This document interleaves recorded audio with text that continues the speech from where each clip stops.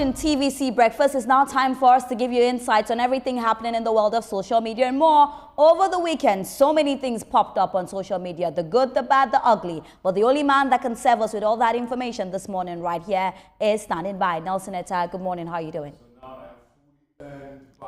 You earned it. You earned it. Olamide is the only woman, you're the only man.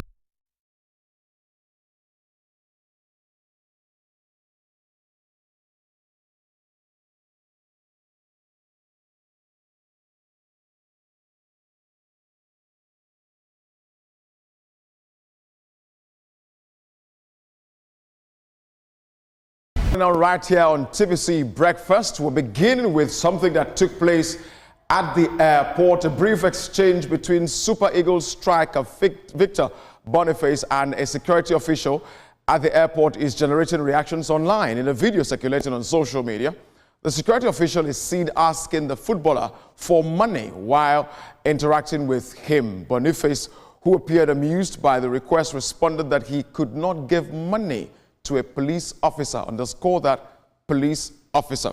The light-hearted exchange has since attracted attention online, with many viewers finding humor in the interaction, while others used the moment to discuss the culture of public officials seeking financial handout. Here's what played out.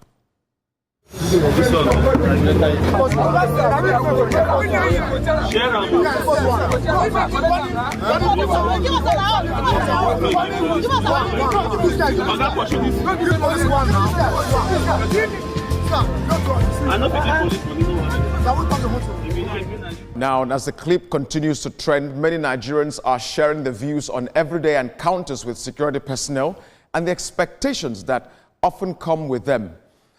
This is quite a really sad one. Of course, as usual, you had things to say about this, and let's bring you some of those tweets at this time. Oluna is saying, well done, Victor. This gives me something. Culture at our airport needs to stop. Officials should do their job, not harass citizens and celebrities. Yeah, absolutely, I agree with you. Jonathan is saying here, in his mind, he's helping his own way. But these are the acts that subtly ruin the country's reputation, with other smaller nations referring to her as Afghanistan. Oh, that's a very wonderful name. If you are to help, do it in a civilized way. Take out the camera, but everything for him is a cruise. Be a genuine giver. That's a inkling inkling into that, Mr. Bion. What do you think about that, Ria and Ibrahim? Oftentimes, I mean, whether it's in the airport, it's at restaurants, it's on the streets, estates, just everywhere you turn, this happens. Yes, even if you go to the bank, security officials don't understand that, look, begging for money in the banks means you are compromising the security of the bank. Yeah. And it's quite disgraceful that even at the airports, when foreigners, non-Nigerians and Nigerians, coming back into the country, and we're still, our security officials are still begging them for money. We need to stop this practice one way or the other. If you ask me, Nelson, I believe that this is a practice that we should stop, because oftentimes the people asking maybe have more than us. Sometimes you're asking and maybe the person doesn't actually have at that particular point. People often see people like, oh, this person is wealthy, this person always has money. There's sometimes that people do not have money with them, and sometimes it can be very, very harassing. For me, especially when I see that happen at the bank, there was a time that I actually reported one of them, because when you do that, it's quite scary. So I can give you money and just enter if I don't want to do anything. So that alone compromises so many things. The people at the estate gate, that is another one that we need to put at the forefront, because anybody can tip you, give you money, and you allow them in the estate. That's right. We've seen robbery and things like that happen. So I believe that this practice is something that we should stop. If you feel like giving somebody money, fine, but do not ask me for money when you know that you occupy a position that is very, very delicate. So I do not really agree with just giving these people money, especially when they ask. Some of it now make it their right. Another one again is those ones that show you where to park. They are showing you where to park. You become very hysterical because they are looking at you straight in the eye, knowing that you give them something after it. It's your job. Do your job, get paid, and go home. If I decide to give you anything, it's what I want to. Absolutely. And I think people have actually lost their dignity when it comes to, you asking people for money, especially when you think you've rendered, quote unquote, a favor to them. as she said, please come and park well or park this way, and then they'll now start asking you for money, something I also experience, so oftentimes. You go to the airports, you see the security officials from different, parastatals asking you for money. It doesn't make sense. You're coming back from the country, from another country, they're asking you for money. Look at Victor. People feel, because he's a player, he's earning so much, they feel entitled. We've been clapping for you while you play your football. You've been making money and all of that. So they want to collect money from him. It's not nice. It's not dignifying, especially when you are in Nigeria's uniform, when you are supposed to be respected. People will respect you however you carry yourself, not begging. But very quickly, you all didn't touch on this. Whilst I hear what we're saying on the part of the people who are begging, on the part of Victor and his team now, need this be captured on camera and spread around? What's the idea behind that?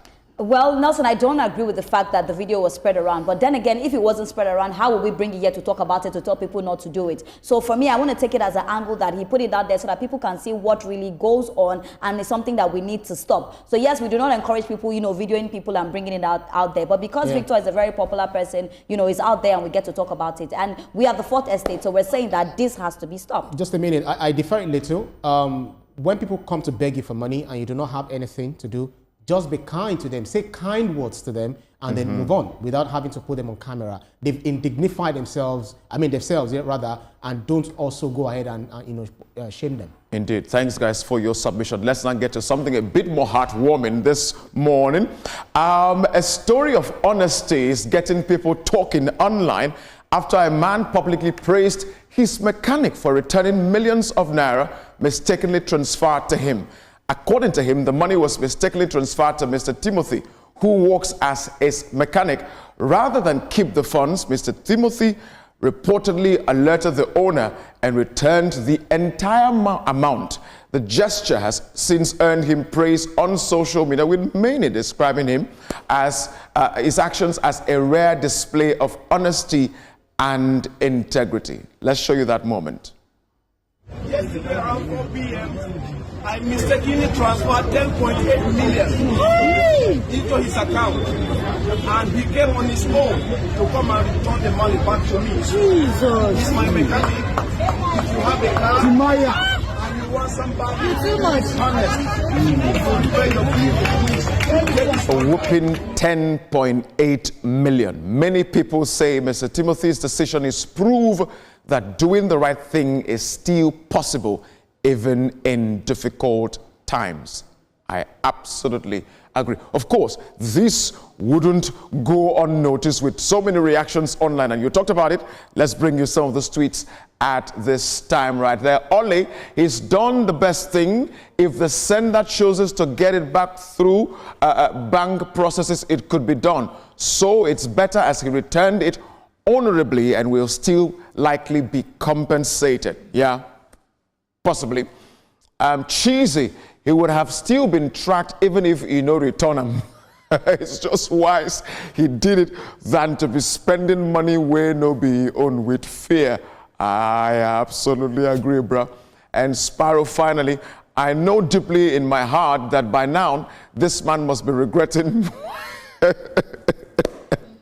No, he's not regretting Mr. Biodurea and the bribe. I have been in the position where money was sent to me that wasn't mine. I quickly called the person and said, hey, I know this is not mine. I've also been in a position where I sent money to my estate community who, and they quickly reached out to me, oh, guy, you don't send money when you be our own. This is a wonderful gesture by this young man. Honestly speaking, I don't think this is rare. It happened to me just Saturday when I had a bill, a drink bill of about 6,500 naira, and then they punched in 65,000 naira, and I just punched in my PIN number, and the money was taken from my account. But strangely, for one reason or the other, the staff came back after about 5 minutes or 10 minutes to say that, look, I made a mistake. You have paid more than what you should have. And I got my refund yesterday. So for me, there are still so many honest Nigerians. That's right. Out there. We should not just assume that the man will be opportunistic and take away the money, spend money that does not belong to him. We need to go back to our basic value. Well done, Mr. Timothy. Let's continue with this. Yeah. This is very beautiful, but before I even give my submission, I just listened to Mr. Shomi. I think it's who has enough money would overpay. It can't happen to people like us, but that's just stop that. That ain't true. It doesn't have to be 10 million. That's just on the lighter note. Now, it shows that we still have upright Nigerians. It shows that we still have Nigerians that understand humanity. And like Mr. Shomi said, this is not rare. It happens a whole lot of times. It's just that oftentimes the bad eggs often try to make everyone look like that they are the same. Mr. Timothy, this is fantastic. Now, I want the person to actually give him what he's due. He's not begging for it, but for the good work that he has done, I believe that something should be given to it. It would also help for other people to know that, you know, they reward goodness with goodness. Because sometimes you give these people the money and they just say bye-bye to you. So I really hope that he gets to reward him. This is fantastic. Yeah. Yes. What has happened is not new. We've seen these stories. It's something that, you know, most of us, you know, would definitely do. Yeah. I've on several occasions seen people's phones, you know, return it to them. Okay, when they call the number, meet me so and so place. Unfortunately, when you lose your own phone, you may not find it. And that should not stop us from being kind. That should not stop us from being, you know, honest and also helping people. When you see something that doesn't belong to you, please return it. Even if you see something where you do not know the owner, hold it, keep it, you know, and probably return it. I mean, give it to a trust. Maybe a local government organization or maybe anything. Just make sure you take it to where they will look for the rightful owner. Some people take it to TVs, they take it to radios, they announce, and the person who wants to claim it will definitely identify themselves. But I do not subscribe to when you see $100 million, $10 million, the owner of the money should give you something in return. No, it is not compulsory. Be kind, do your own thing, and expect that God will reward you handsomely. If the person deems it fit to give you something out of it, but because the money might not even belong to the person in the first place, so the person might pay you back, you know, in another way. But know that your reward with God is the ultimate. For me, I say it's not compulsory, but it's the right thing to do. Yeah, actually. Indeed. Thanks, guys, for your submission. But well done to Mr. Timothy. We want to see more of this, especially in high places in this country. Yeah. A viral video is generating another widespread reaction online after live chickens were given out as souvenirs at a party. Or more in Nigeria, there's something you won't see. The clip shows men and women holding souvenir baskets containing live chickens, a sight many social media users found unusual and unexpected. The chickens could be seen tucked inside decorated baskets as guests proudly display their gifts during the event. While some viewers described the idea as practical, given the rising cost of food, others said it was one of the most unusual party souvenirs they have seen. As the video continues to circulate online, Nigerians are sharing their thoughts on creative party souvenirs, with many saying the gift may be unconventional, but certainly memorable. Of course, if they give you live chicken, carry go, why not? You had enough things to say about this. Let's bring some of those to you at the same. Lincoln, it all depends on what they charge for Ashwebi. How I go pay $250,000 for Ashwebi and not go home with ram and a private chef? Man, you're just been really funny. And Ife is saying here, shows they are sensitive. They are reading the room, the country, and the economy. Souvenirs should be a need, not for aesthetics, and they have done well. Yeah. And finally, on this one right here, Ugu is saying, at this rate, wedding souvenirs are going from key holders, food packs, cartons of noodles, livestock. Nigerian parties never fails to surprise. Absolutely not, Mr. Biodun, Rian Ibrahim. I'm waiting for the day I'll go, probably with a cow from, you know, as a souvenir. Honestly speaking, I agree with the comment that it depends on how much people are paying for Ashwebi. Yeah. If you have to pay 150, 250,000 naira for Ashwebi, how much is a chicken? 15,000 naira or something, you know, to give out. When you know that you've actually made about 50,000 naira from the clothes itself alone. But interestingly, there was a time somebody did a party and tied a goat to each seat for people as souvenir. Now it's chicken. I don't know why they don't do this chicken around Christmas and goat, you know, around around a ram, around Ileya. Yeah. That would help a lot of people. I miss this party because I love me some chicken, so I definitely miss this party. But I agree, it's the amount of the ashobi that determines. You know, maybe these people paid like 20-25K for the ashobi because I can't pay 500,000 naira for ashobi and you give me one chicken. But, well, chicken is very, very important. The person that they give it to will cook it and eat it in the house. Food is really important. So, congratulations to them. But next time, maybe they should have made it at least 2 chickens or with rice or something. How much did they pay for ashobi? Probably I missed something. I don't know how much. Why not add pepper and... Yeah, so right, everything. Yeah, you know that parties, people are becoming very creative with parties. You know, it could be the host, the celebrants or celebrators as they call them, that would, you know, the kind of manner of dressing and all of that. Some will want to outdo others by sharing this and all of that. So I feel some people just do it out of, we want to be nice. We want to make people, you know, see what we've done as a means of, you know, gesture. So because sometimes when you do parties, it's not for people to come and pour you money. It's also for you to feed people, you know, but it's so unfortunate that parties now are for, if you don't have money, you're not coming, which is not supposed to be. So the essence of party general, as I understand it, is for you to feed, you know, the have-nots. But all the same, the man is creative, it's fine. Nelson is looking forward to cow. You will see one day. I'm looking forward to Ryoka, so thanks guys for your submission as we get to the next matter. The United States and Iran have agreed to a preliminary framework aimed at easing tensions and reopening the Strait of Hormuz, one of the world's most important oil shipping routes. The proposed deal includes a 60-day ceasefire and the reopening of the strait to international shipping, with a formal signing expected later this week. The development is being seen as a major step toward de-escalation following months of conflicts between the two countries. While Israel is yet to officially comment on the agreement, Israeli National Security Minister Ben-Gvir has criticized the framework, arguing that it does not guarantee Israel's security. This announcement has sparked global interest, with oil prices gradually dropping on the international market. Of course, we're really looking forward to this, Mr. Biodun, Ria, and Ibrahim, that, man, peace should return so that the cost of oil would also go down. Yeah, it will have a massive impact on our economy because, look, there's no doubt the price of a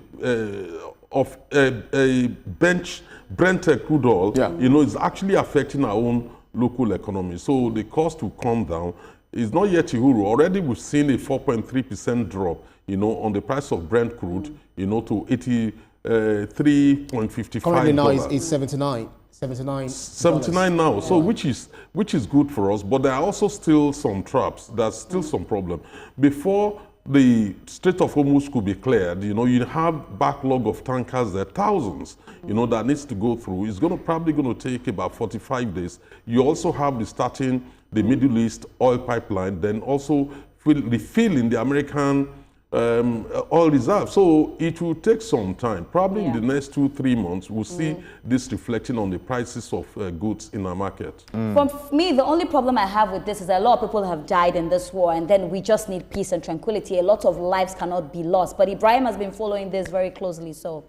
Yeah, so I think we are happy that finally, you know, they are beginning to receive sense on all sides. You know, Donald Trump is saying that all tankers, start your engine, let the oil flow. And that is exactly what we want to see. That's right. Because they thought they could just go into Iran, and then the way they did it in Venezuela and do everything, and in that process they killed over 170 you know, young school kids. So I feel the war was a war of choice for Israel and US. It's a war of survival for Iran, and we've seen how much Iran has actually, you know, tried to, you know, restate its position in the Middle East. So we want to see peace in the Middle East at the end of the day. We want to ensure that people are not killed, you know, wantonly, and we also want Israel to stop this attack on Lebanon and some other countries, because they're saying they are not going to be, you know, saved. Whereas you are the one attacking them, killing a whole lot of people, you know, indiscriminately. We are happy that this will impact Nigeria's economy very, very positively, because fertilizers, oil, etc., will definitely come down.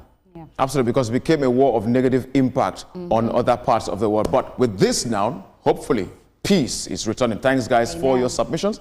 As we go to the final matter, notable time